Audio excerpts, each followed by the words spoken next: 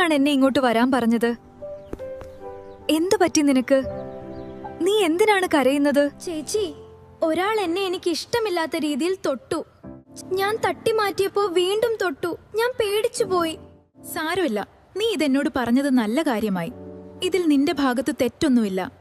നീ പേടിക്കണ്ട, നീ സേഫാണ്. നമുക്ക് അച്ഛനോടോ അമ്മയോടോ ഈ വിവരം പറയാം. അത് വേണോ ചേച്ചി? അവരെന്നെ കുറ്റപ്പെടുത്തുമോ? എനിക്ക് പേടിയാകുന്നു. ആ കാര്യത്തിൽ നീ പേടിക്കണ്ട.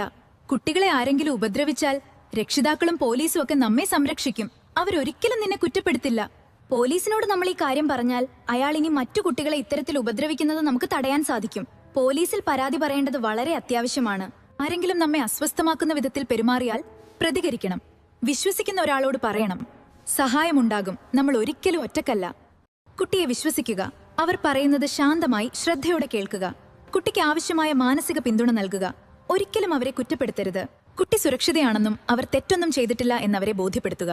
നടന്ന സംഭവം വൈകാതെ പോലീസിൽ റിപ്പോർട്ട് ചെയ്യുന്നത് കുട്ടികളുടെ സംരക്ഷണത്തിന് നിർണായകമാണ്.